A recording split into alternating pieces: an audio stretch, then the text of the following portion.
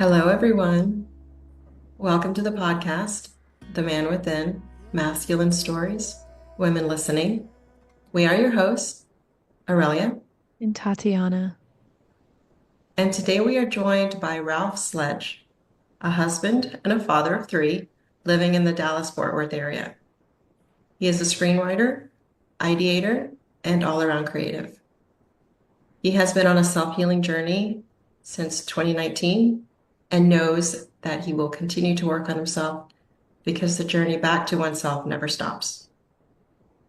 Welcome to the podcast, Ralph. Thank you guys. Thanks for having me. So, we typically start the show with the same question to all our guests. Can you describe a breakthrough moment or chapter that changed the way you approach your life as a man, emotionally, relationally, or spiritually? And since you mentioned a specific time frame, I'm curious if you could talk about that turning point in 2019. Sure. So I think the main catalyst for me for my change is when I had my first son in 2011. He's now 13, but what that did for me was open up the fact that I had to now raise a man, right? And with that, a little bit of context there is my dad didn't live with me in my formative years, middle school, high school, college. We didn't have that relationship. And so when I had my son, that scared me a bit, because I didn't know what that relationship should look like.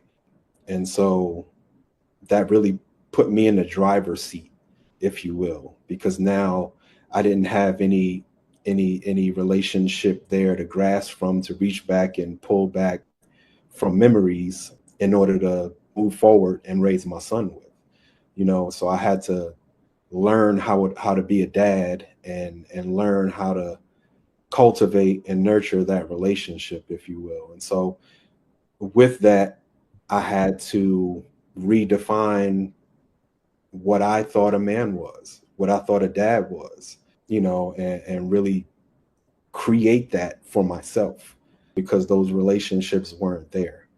And so I think in 2019, right before COVID happened, I hit a little bit of church hurt, if you will. I was employed by the church, I was working in the church. I got let go by the church, and that really left a stain on me. I didn't really know where to go, what I was going to do. And then COVID hit and we couldn't go to church anyway, right? So that left me at home alone, figuring things out for myself, right? And one of those things I had to figure out was how to be a husband correctly. And when I say correctly, that's subjective, right? I had to learn how to be a husband to benefit my wife and I, to benefit our relationship. And with that came the kids, right? And I had to figure out quickly what being a dad looked like as well. So in 2019, there had to be a lot of self healing, self discovery happening if I was going to move forward with substantial relationships, right? If I was going to move forward being the husband that I wanted to be, that my wife needed me to be, and if I was going to be the dad that I knew that I could be and that my son is going to need. He's a teenager now. He just turned 13 last August. And so these times are crucial for me and him as well. And so, the best thing I could have done for that relationship was to start figuring out who I was outside of a relationship with my dad, outside of a relationship with my mom. I had to figure out who I was. And so that's what made this self healing journey of vital importance for me. You said a lot of big things there, and I commend you for taking on the challenge to discover what it takes to be a good father when you didn't really have much to go on. And I'm curious if you could say more about what helped you navigate that time. Man, when I got to college in high school, I grew up in an inner city, so a lot of that time was spent with friends, meeting people and being outside and doing city things, taking the train places and hanging out late at night with the homies. I tried to take some of that there. And to back up a bit, me growing up without those relationships led me to leading with my feminine, right? My feminine became very strong during my early years, right? And so up until 2019, I never knew that I was leading with my feminine and not my masculine. My masculine was there, but it was idle, right? And so by the time I got to college, I began looking for mentors, right? Somebody who could be that father figure, somebody who I could turn to ask the questions like, how do I do this? What do I do here? And so doing anything from joining a fraternity, looking for brotherhood, or looking for friendship in other men, somebody who could guide me in some capacity, way, shape, or form. The unfortunate part is those things always led to dead ends. Those things always ended badly, led me astray, which again led to 2019. But those things were, I would think that I found somebody like, all right, this guy is like, we have such a good rapport, such a good relationship.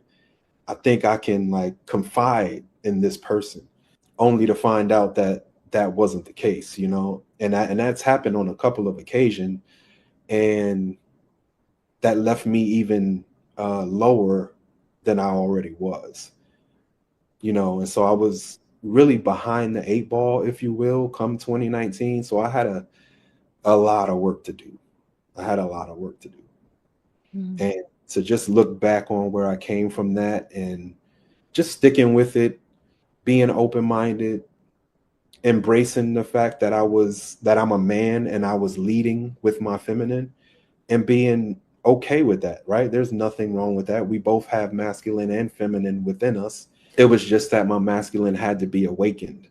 Mm. And the way that I was going about doing it wasn't the way that I needed to.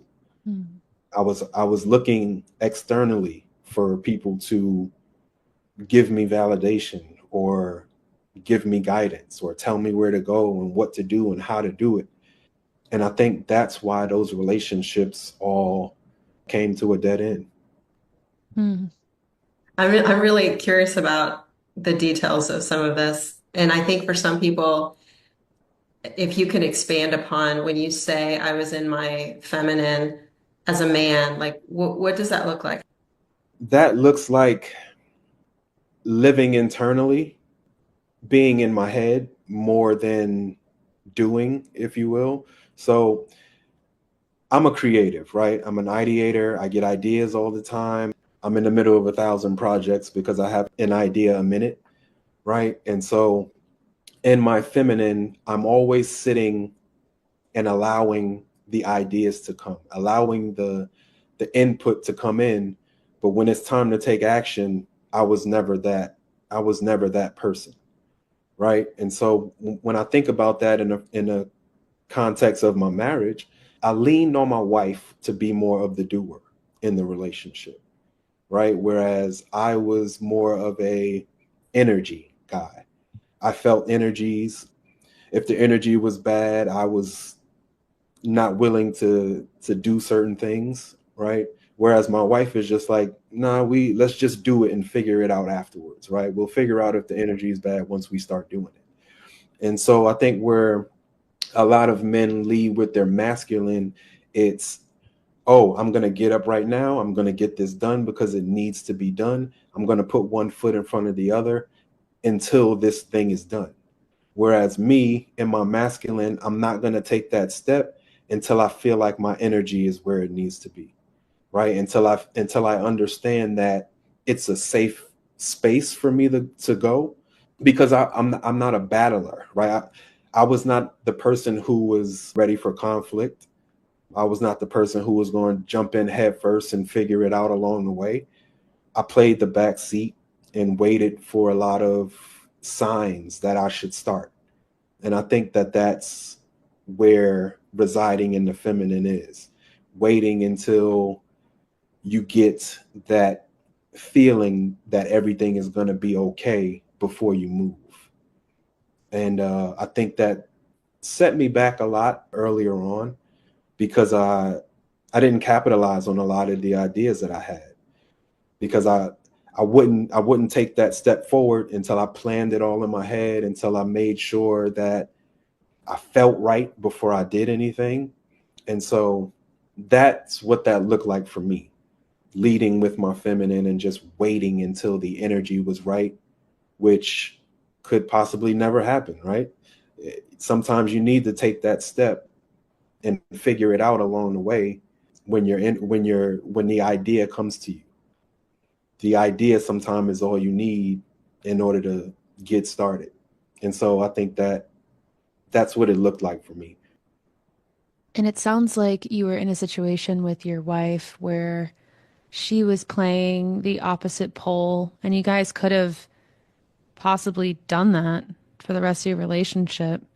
But something happened or something became clear for you that you didn't want to do it that way with her. Right. Right. So she was getting worn down, burdened, right? I realized that my sitting back and playing the back seat just meant that she had to do more, right? And she couldn't rest in her feminine energy without me taking over that masculine role, right? We watched this video the other day about a wife nagging, her husband about going to the store. Like, hey, just come to the store with me. Do you want me to go to the store with you? I don't know. Just, that back and forth. And what I realized was my wife wants me to go to the store with her so she doesn't have to worry about the masculine actions of going to the store, right? If I'm there with her, she doesn't have to watch her back to see if there's a threat around the corner because I'm there for that, right? And she can move in her feminine, right? And so as long as I'm in my feminine, I'm not allowing her to live in her natural feminine because somebody has to take over that masculine. And if I'm not willing to do it, then that means that she has to step into that role as well. Hmm. And so I realized that was starting to wear her down. The energy towards me was negative because of that, which I didn't like either, right? Nobody wants to be nagged, right? And like, why aren't you doing this? But sometimes that's what we need to hear because ultimately she's just trying to get me to be my best self, right? And that's all that means, that she sees more in me, and I need to take that as I need to give her more, right? And so that just led me to say, all right, well, I can't have her sitting over here being in the masculine, right? Her in the driver's seat, I'm sitting in the passenger seat, right? Scrolling through my phone while she's driving and paying attention to the hazards of the world, right? No, I want to be over there in the driver's seat. You sit over here, sit in your feminine, get your energy together, and don't worry about this masculine stuff over here. I'll take that. And so I think that really hit me at a point until I just was fed up with seeing her tired and drained and doing everything because I was worried about whether the energy was right or 100% correct before I got up and did anything. And so that's what made the difference for me. Hmm. That's beautiful, Ralph. I admire your conviction, your follow through, right? Because I'm imagining the scenario you're describing, and I'm thinking, how does one even know how to start? What kind of tangible steps? I mean, yes, you could make the decision that you want to change, but I mean, if you didn't have the role models, then where do you start? Like, where do you start looking for the answers? Yeah, I had to sit with myself. I had to understand who I was or who I am, I should say. I had to find out what made me tick. What things am I doing? What things am I not doing? What things do I like? What things do I not like, right? Meditation brought me there. That was the first thing that allowed me to silence the noise, if you will, right? Shut off the outside, sit with myself, listen to my thoughts, see where those thoughts are headed. It was there that I realized that I was in my feminine, right? And I had been for majority of my life, right? Is because I got an opportunity to look back over my actions, right? Not judging. I can't judge those actions because they're done. I can't take them back. They're there, they're done, whatever. But those things define me. They defined me then, and they still define me, right? Because they're a part of my makeup. That's what got me here, right? Without those things, I wouldn't have been aware enough to make the decision to change. And so I still would have been sitting here today, had I not reflected back and looked back on those situations. I wouldn't be sitting here on this podcast because I wouldn't have made a change. I would have been the same person. So I think the first thing you need to do is know yourself without judgment.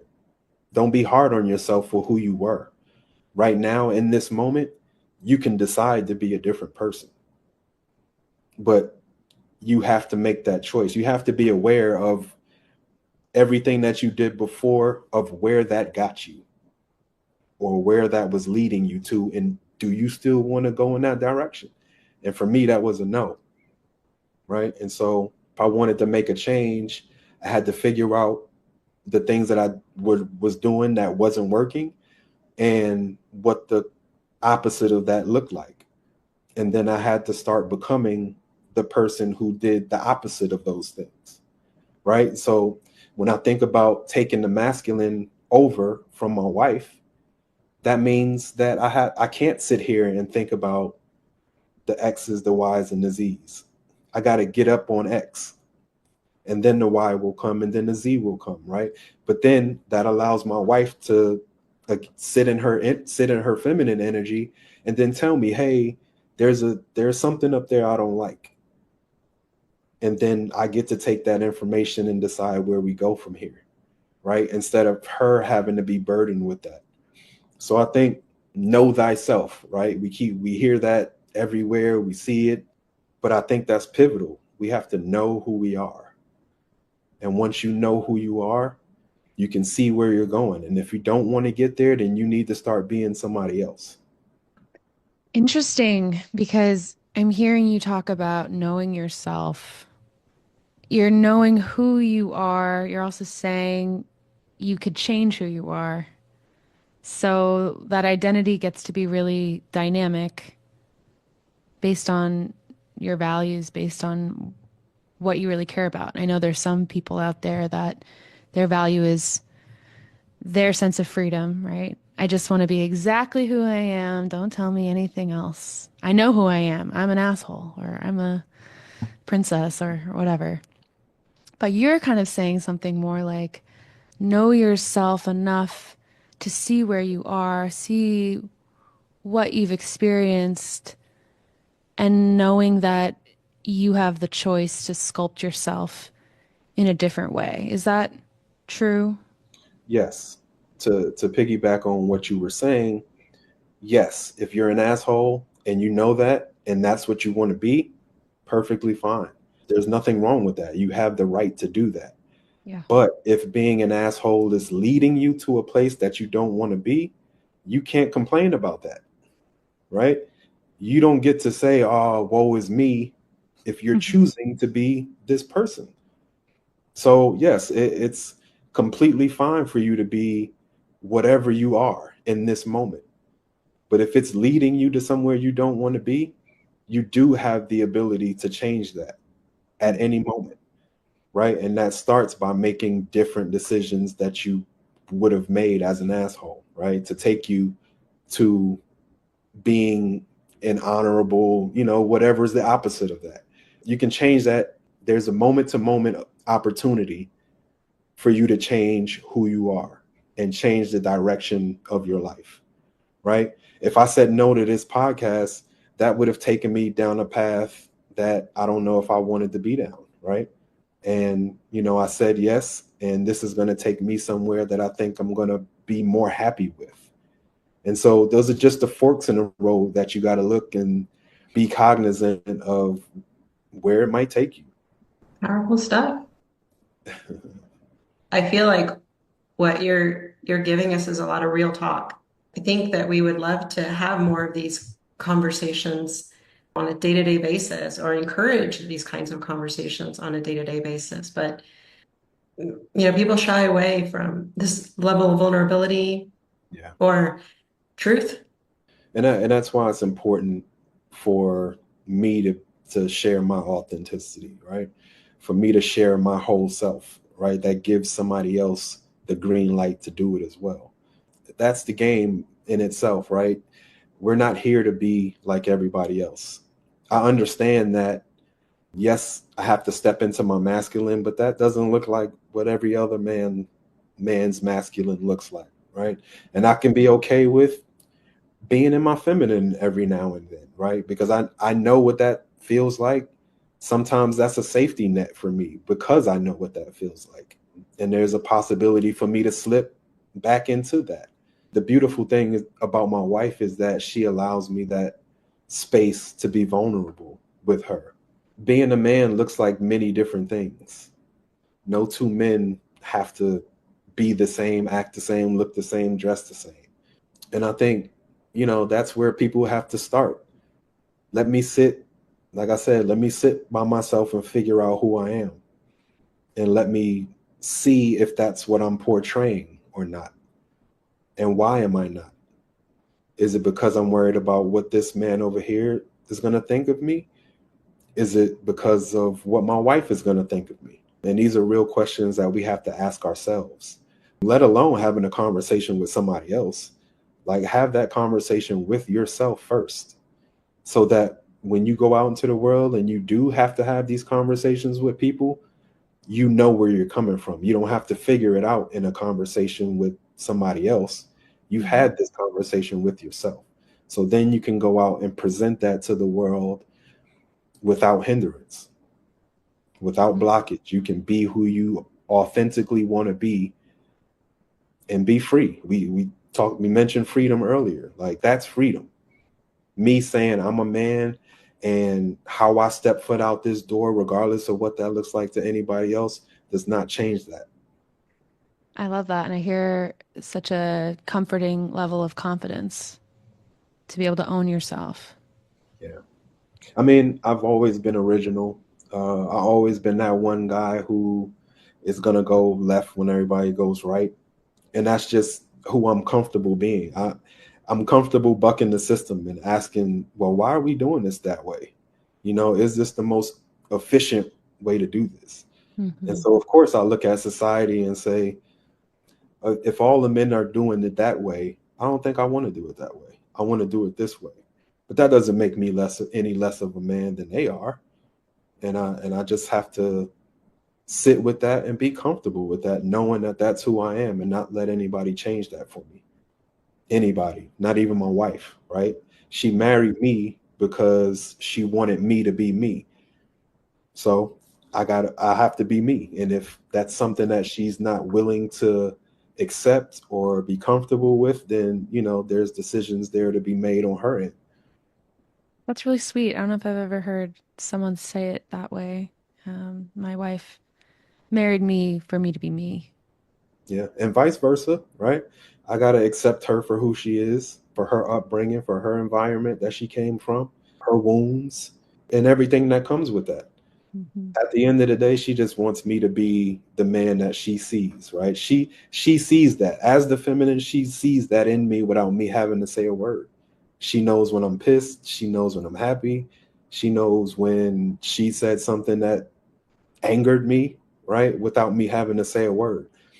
And I have to understand that and take that from her and understand that she's not against me. We're a team. She just wants me to be better. It might look like a way that I wouldn't prefer, right? An argument or, something to that effect. But at the end of the day, she just wants me to be the best version of myself that I can be. I am curious how it has been for you to raise your children in your masculine. Yeah, to be honest, I'm still working through that. Okay. Mhm. It's something that I'm learning day by day, Okay. uh, because stepping into my masculine in itself, right, is new, right? But now I have a teenager that I have to nurture his masculine in, right? So we don't repeat this pattern. But what I'm realizing with him again is just me getting to parent myself again. He said something to me the other day. He wished he had a older sibling so that he doesn't have to figure out life first, right? He has younger siblings that look up to him, but he doesn't have anybody to look up to, right? And I said, well, what am I? I'm here. But again, me listening to him is just me talking to myself, right? And I got to take that information from him and say, okay, I have to do, right? I've been thinking about it all of this time, right? Oh, I can't wait till he's a teenager so we can talk, man to man. But now it's here, and now I'm like, oh shit, it's time to step up now, right? And so I just gotta parent myself again through him, right? My 13-year-old self. What did I want as a young boy from a man, right? I didn't have any older siblings either. I had to figure this thing out. I'm still figuring it out. I don't want him to get into later adulthood still having to figure that out. Right. And so now that I understand where his conflict is, I can look to step in and be that buffer because I can say, hey, we're not so different. Right. You're having to figure this thing out by yourself. So did I. Right. And that's now where I have to connect with him. Right. And say, I had to figure this out by myself, but what I figured out is this, right? You don't have, sometimes he's a teenager. He doesn't want to hear it from me sometimes. I get that, right? I'm dad. I'm the one that has to crack the whip sometimes, and lay down the law. You don't always want to sit down and chum it up with your parents, right? Who have to tell you no to things or who have to give you the hard truths, right? And so I got to navigate being all of those for him. And it's new territory for me. So I'm going to take it one day at a time and understand that what I'm really doing is parenting my 13-year-old self and take it one step at a time as such. I almost hear too how in some ways, he's following in your footsteps and mirroring your experience when you were younger and you were trying to find some footing and looking to the people around you, the men around you to find a mentor or inspiration for where you wanted to direct your life.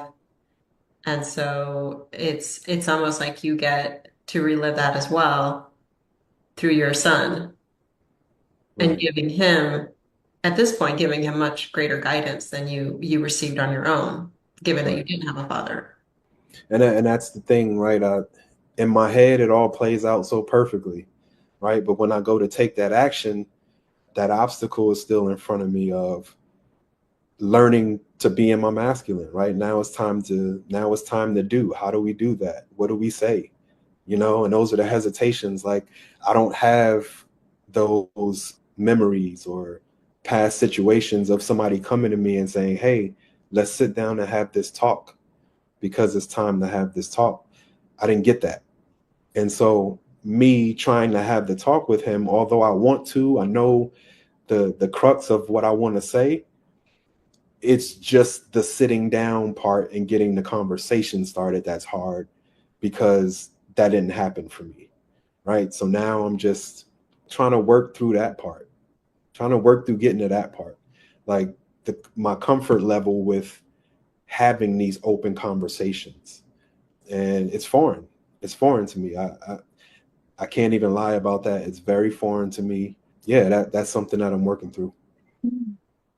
That's such a surprise to hear talking to you today because I feel you so open and available and pretty clear with how you're feeling, but it sounds like there's levels, especially when you're engaging a little you Right. as your Yeah. son. Yeah.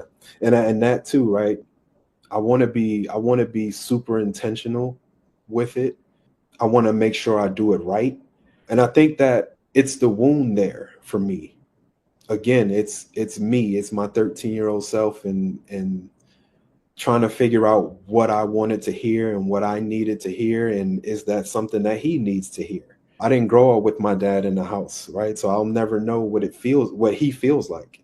I didn't grow up with siblings, so I don't know what he feels like in that situation, right? So it's certain things that, yes, while I'm parenting my 13-year-old self in him, I still have to take into consideration that I, as his dad, is here with him every day, right? I have to take into account he has two younger siblings, things that I didn't have. And so I want to make sure that when I approach him, I take all of that into consideration, because it'll be different. I can't approach him as he's an only child like I was, because that won't resonate. And so I think there's a little hesitation around that there as well. So I just want to get it right. That's all. And what is that, right? Nobody knows what that is. So maybe I need to take my own advice and just get over the fact that there is no right. Well, pointing back to what you've already shared with us, it's like that contemplation of wanting the energy to be right and wanting everything to be good before you act.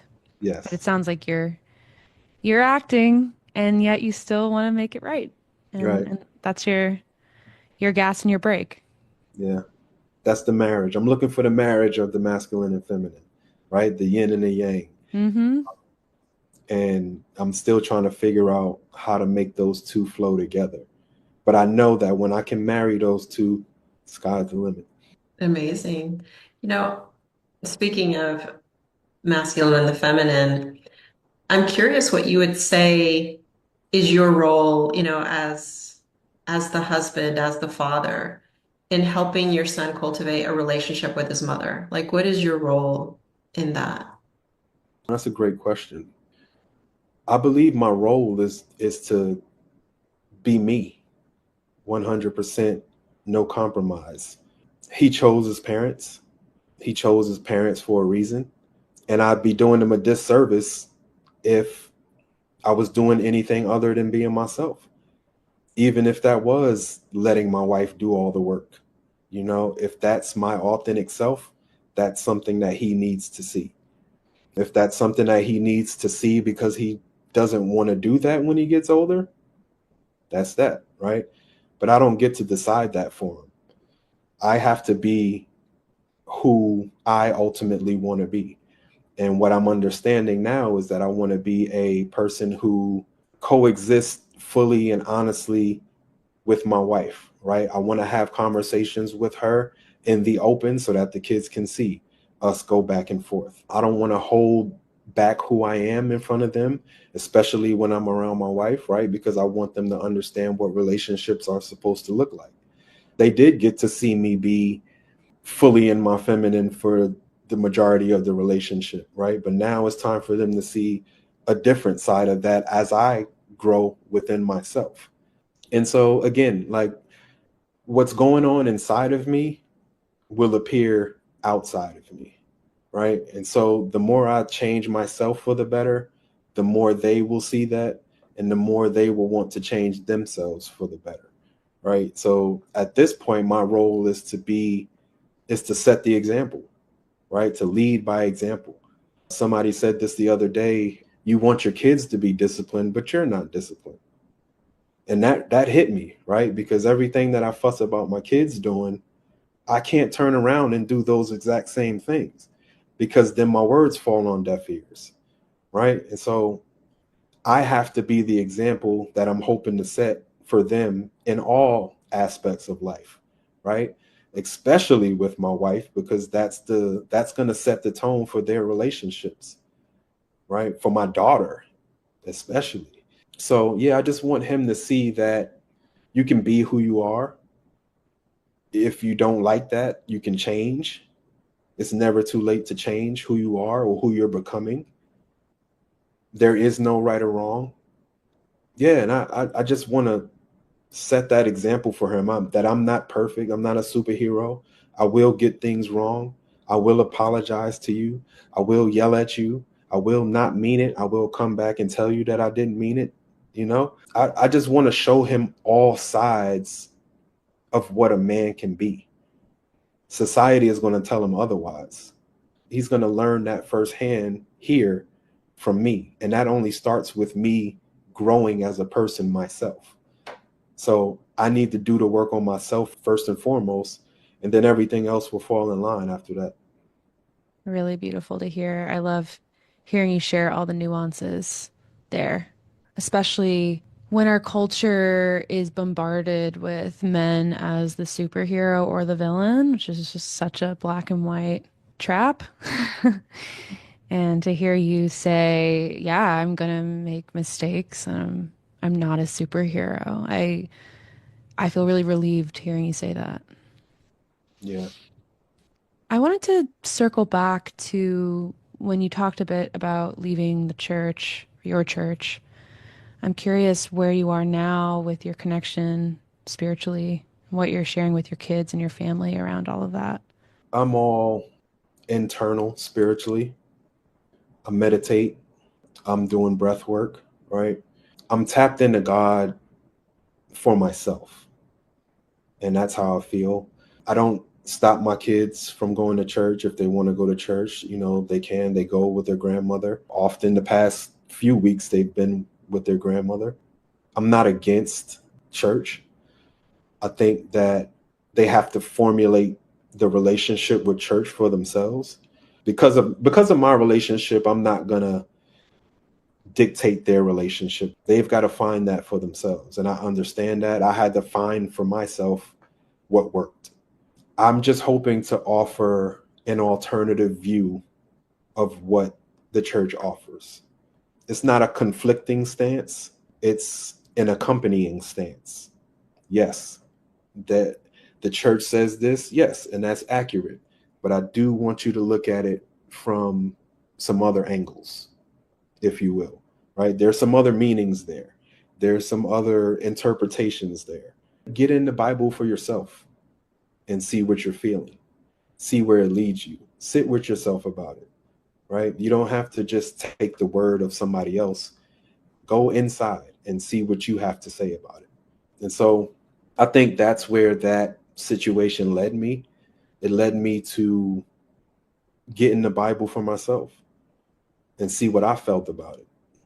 And yeah, that's what I have for them. I'm not against religion. I'm not against the Bible or church or any of that, right? I just want them to be able to make decisions for themselves and stand on that decision, right? Stand on business, as they say, when it comes to these decisions, and walk outside this door and don't waver for anybody else in your decision.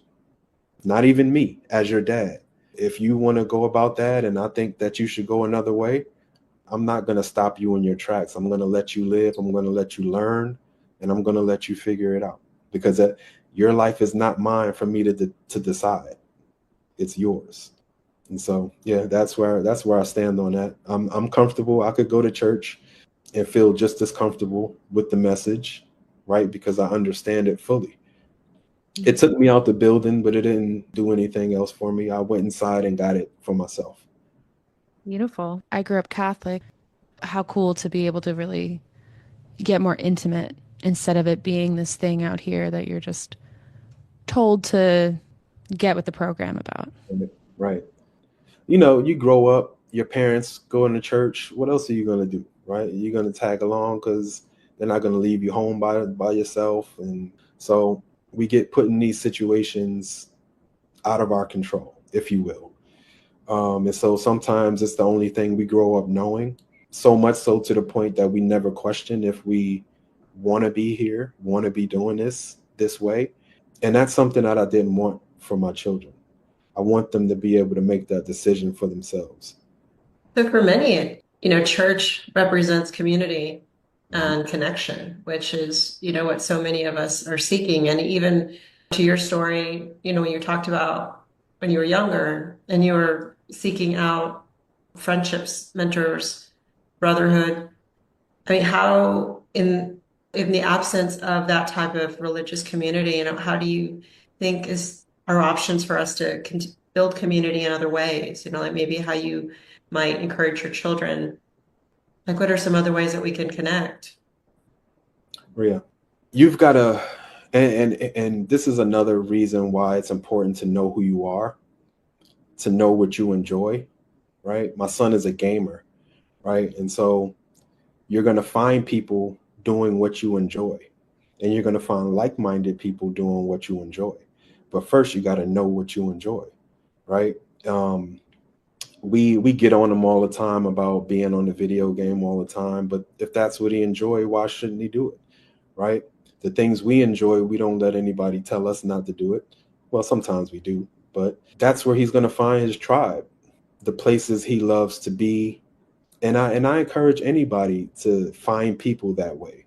You wonder about finding partners and husbands and wives who like the same things you like, but you don't even go out and do the things that you like to do to find those people who like to do it, right? Put yourself in the environment that you like to be in, and you'll find the people who you need to find, right? And so the more he gets into his video games and playing other people online, he'll find this tribe, right? As long as he's in his element, and as long as he's doing he's doing what he needs to do and likes to do, then your people will come to you.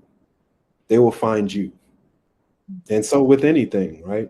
I'm chasing an Oscar, right, for my screenwriting, but I have to stop chasing the Oscar. The Oscar's gonna come find me once I'm in my element, enjoying doing what it is that I say I enjoy to do, right? If I'm enjoying writing, I don't have to worry about the award. I need to sit down, enjoy the writing, and then everything will come to me as it needs to. Ooh. I love that.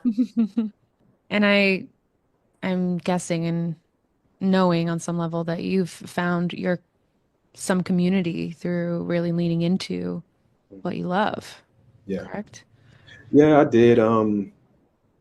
Like we mentioned, the DG community, right? Derek Grant has a community, mindset community, if you will, of like-minded people working on themselves, growing, healing old wounds, self-development. And so I really found my tribe in that community, right? I enjoy talking to those people about growing, right? And I put myself in positions to talk to them more often than not, because that keeps that information top of mind, right?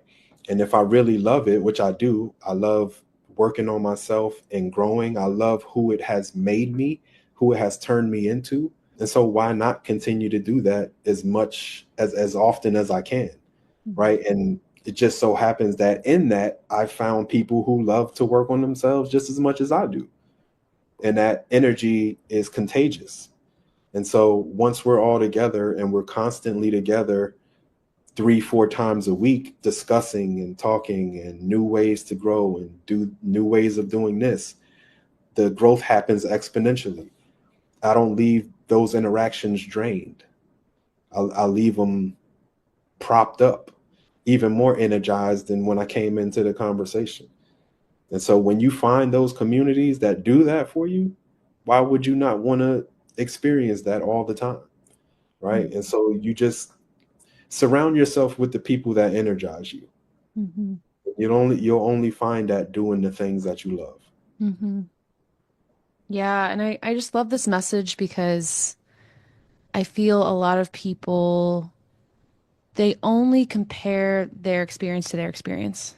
So if they've never had that feeling, right, they grew up in a place where they didn't feel like they fit in or they didn't resonate with the communities available to them, they get in their head, this is it.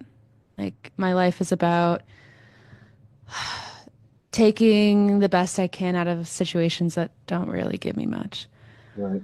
And I can relate to that. And how there's this whole other world on the other side of realizing that just because that's what you experience, like you've already said, that doesn't mean that that is what you will experience Right. based on your choices and based on you following a path that maybe no one in your family has walked but you. Right. And we get stuck because we feel like we have to walk that walk, but we don't. We don't. We're only doing what we've seen done. Yeah. And if you're not out there going to get some other experiences or meet some new people, go meet somebody who you wouldn't have normally spoke to, Hmm. right? That weird guy, oh, he's weird. Oh, why don't you go over there and learn something from him?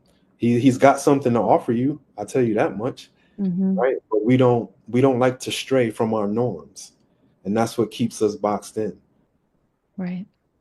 I like to think that those kinds of connections, especially those deeper ones with, people that kind of reflect back to you, your own struggles and challenges, and also are serve as a source of encouragement and become your cheerleading community. To me, that's kind of like my soul food. And so I really understand what you mean by putting yourself in those settings so that you feel nourished Yeah, and energized. we spoke about going into tasks with the right mindset, right?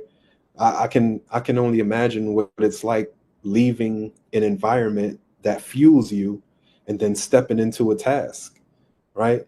Your productivity is off the charts at that point because your heart's full, your mind is clear. There's nothing you can't do when you feel that way, right? As opposed to approaching the task like, oh, this thing again, and that's going to transfer with any work that you're doing. It's like art. Like you can tell where a person was when they created a piece of art. That energy transfers. And it's the same with anything else. Work, parenting, anything else. Your energy comes through. So you want to make sure you're in a as best place as possible before you jump into something. Because that energy will come across. Mm. Speaking of the passion, I'm curious to hear about, because we've talked a little bit about the projects that you're involved in and how you said you get an idea a minute. So, like, at what point did you fully feel confident to walk into those dreams and embrace these ideas and convert them into something tangible and available? It came with embracing that masculine energy, right? Once I realized that I had to get up and start doing in my relationship, that trickled out to everything else, right? That's just the thing. When you do what's hard, it makes other hard things easy, right? And so now, once I'm comfortable in, all right, let me take that step and then figure it out along the way. All right, let me take another one and figure it out along the way. All right, well, what about this thing over here? All right, cool. Let me take that step and figure that out along the way as well.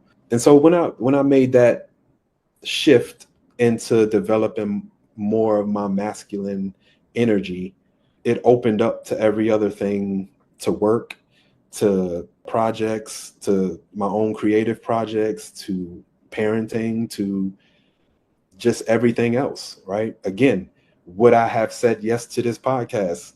I don't know, right? But being that I want to be more of my masculine self, I need to say yes to that, and I need to get it done.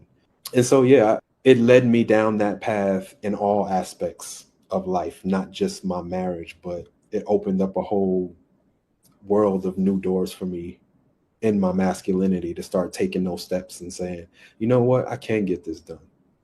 And how's that been for you to watch things get done? Oh, it's been great. It's been amazing. Because ideas have lived and lived and lived and lived in my head for years. And so now I'm at a point where I'm not ashamed. I'm not afraid to let them pour out, regardless of what anybody's going to think about them. Right? It's all about my expression, and that's how I have to look at it. And from that lens, I'm okay with however these things turn out. Right, because it's more about your experience of yourself and letting yourself go there than how others perceive it. Right? It's the pushing through for me. That's the win. Right? It's not. I don't care when this movie is done. I don't care if people like it. I don't care if people see it. Right? It wasn't about that. It was about me getting it done. That's my trophy. Mm, that's awesome.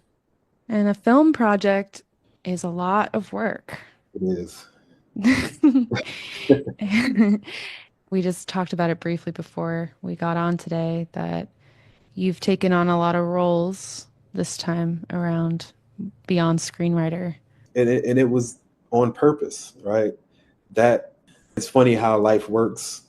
Because I was trying to step into my masculine, the producer that I was working with kind of had to step out. It was intentional that the producer had to leave because that was the room for me to step in and take those steps, right? And life works like that. If you want to be more in your masculine energy, it's going to present opportunities for you to do that. And I believe that that was one of them. And so I could have been like, oh, well, project shut down, let me think about it some more. But no, it was, all right, that person's not going to do this part anymore. So I'm going to need to step in and do it. I'm coming out of this project somebody different, a newer version, a better version, a more masculine version, Because you proved to yourself how much you could do, right? Or that I can do. right? Yes, yes. Yeah. Mm. So now it was never really about how much work needed to be done. It was about whether or not I was going to step up to the plate and do the work. Even the message itself, if you want to share a little bit about the project, it's so pivotal, and I think it really reflects what your experience has been and what you're describing, now with your story. Mhm. And so I think, yeah, if you could share a little bit more about the premise of your film. Yeah, sure.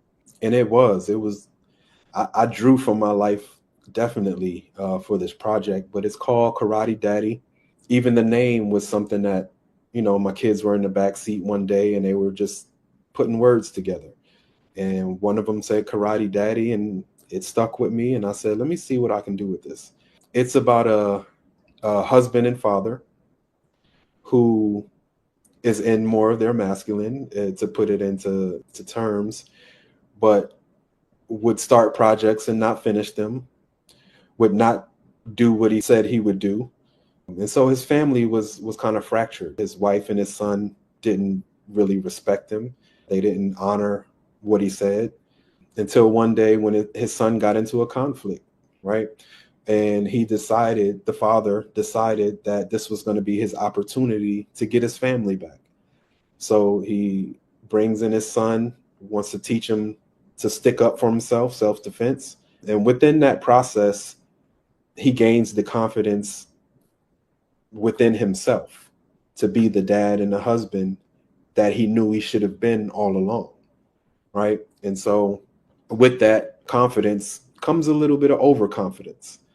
And so there's a situation that happens where he's put in a predicament where he has to either show his confidence and be the man that he is now or revert back to his old self. And unfortunately, his decision could cost him his life. And so that's the back and forth that you kind of play, living a new life versus sinking back into your past life and figuring out how to make that flow and how to make that work together. So my life definitely spilled into this story a bit. It's actually the first screenplay that I started once I made the decision to start screenwriting. So yeah, I'm extremely excited for it to happen. Did it almost seem like the idea was just waiting for you and it slipped right through, or you had to Yeah. sit and contemplate about it? Wasn't much contemplation, things kind of fell into place. Since the title came first, I just reverse engineered it. I drew from experience for Hmm. sure. Cool. That made it a lot easier. Yeah. And with everything you've learned through this awakening that you've been through and you're coming closer to yourself, I'm curious your relationship to storytelling and what you see its value to be. Storytelling to me has changed drastically. I don't look at films as I used to. Before it was strictly an entertainment value thing. Now it's more about leaving the audience better than when they first came in. And that means understanding life in a way that maybe people have never looked at it before. And I know because I used to not look at it this way. And for me now, films are, how do I bridge that gap, right? How do I take this audience who's come to see my film and get them to think about life differently once they leave? Think about making different choices that put them in better situations. And so all of my story ideas now have come from that lens. What value can I impart on somebody who comes to see this film? How can I make them feel better about their future? How do I get them out of the rut that they're in, out of their way of thinking, which is keeping them inside of this box? How do I get them thinking differently without it being so intellectual, if you will, right? I just want them to feel their way through the story.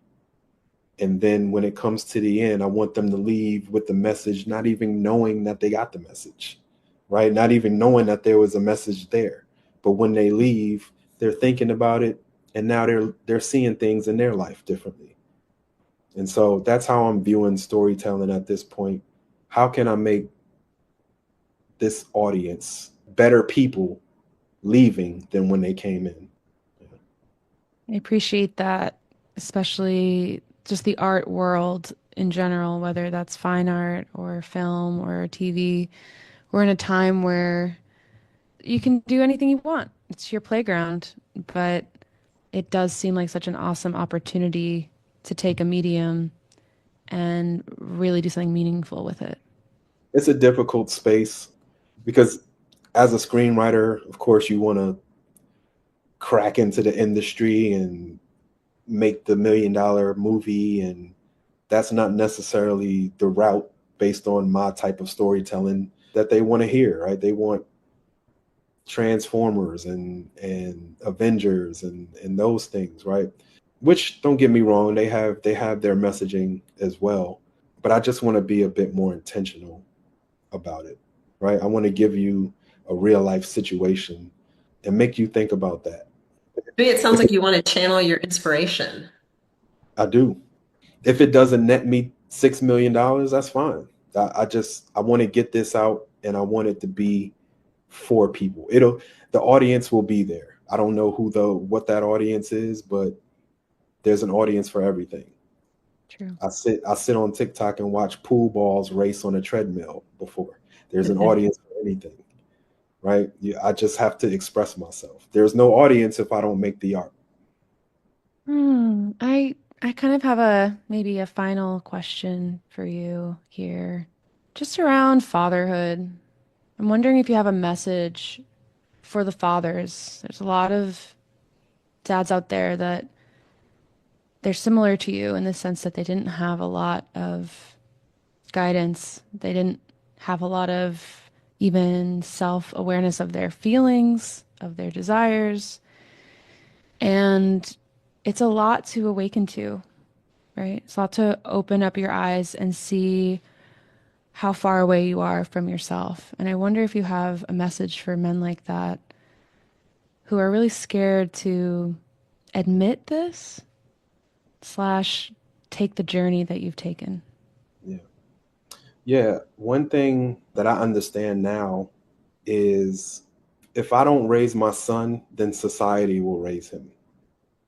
And what that means is I have to impart on him the things that I want him to grow into, right? And that requires me to be the living example, like I spoke to earlier. That requires me being the example to him instead of society, right? But in order for me to be the example, I'm gonna take it back there again. I have to know myself, right? If I don't want society raising him, then I can't allow society to raise me. I can't allow society to take me in any different direction, right? Because if I'm allowing him to do that, get raised by society, what does that say for me? That I'm doing the same thing, right? So just find out who you are, find yourself, work on the things that you need to work on in order to grow into the man that you would like to be.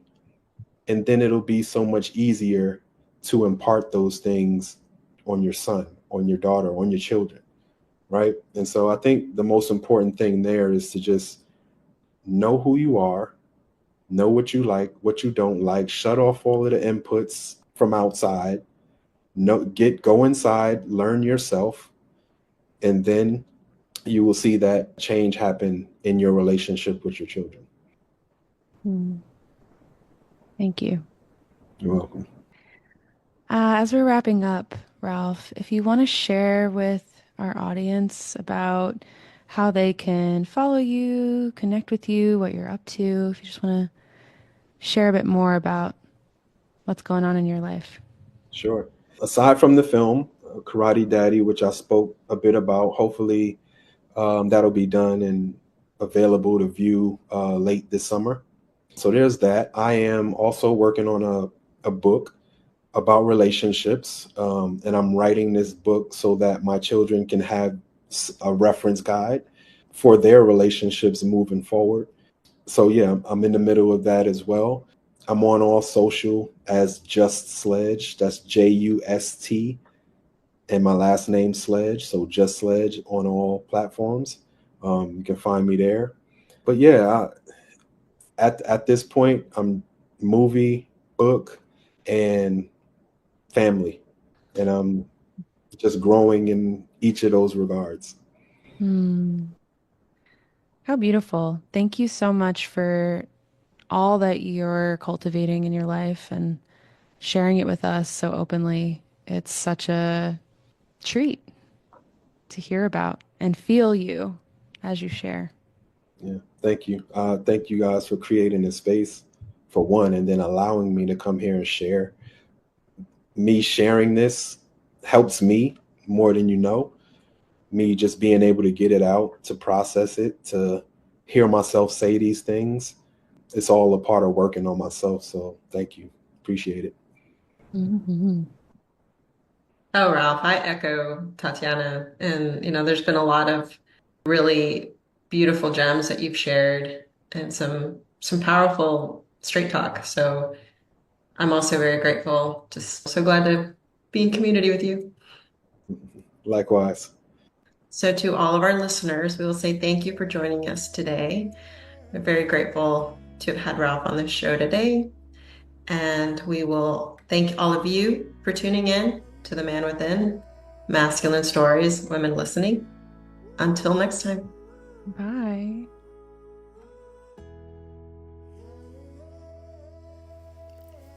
Thank you for tuning in to today's episode. If you enjoyed this conversation, we'd love your support. Please take a moment to rate and review the show on Spotify or Apple Podcasts. And if our energy resonates with you and you're feeling called to connect or work with us, you'll find all the details in the show notes below.